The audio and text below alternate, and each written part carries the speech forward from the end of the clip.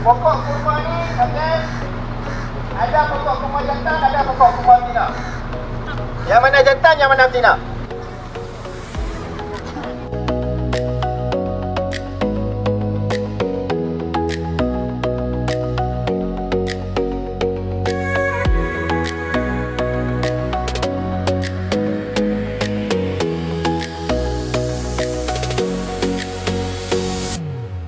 Selamat datang ke ladang kurma sejuk.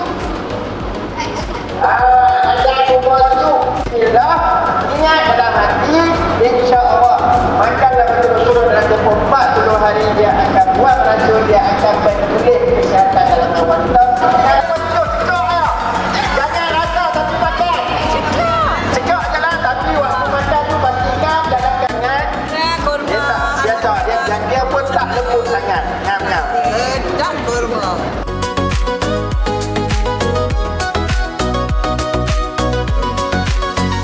Syarikat diteruskan lagi oleh cucu beliau Tuan Abdul Ghaffar. Tak boleh nak man, yang tu bukan rezeki. Okey, hari ni yang mana man ni rezeki. Kita ada 7 jenis perniagaan. Okey, syarikat Abdul Ghaffar ada 7 jenis perniagaan. Bukan 7 orang mana. Minum diri hijau. Okey, ini adalah racun yang tadi kita minum tadi. Yang kita makan tadi.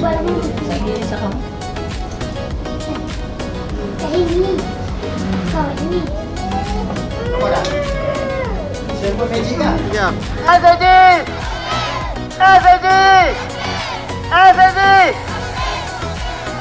Ya, terbaik. Alhamdulillah.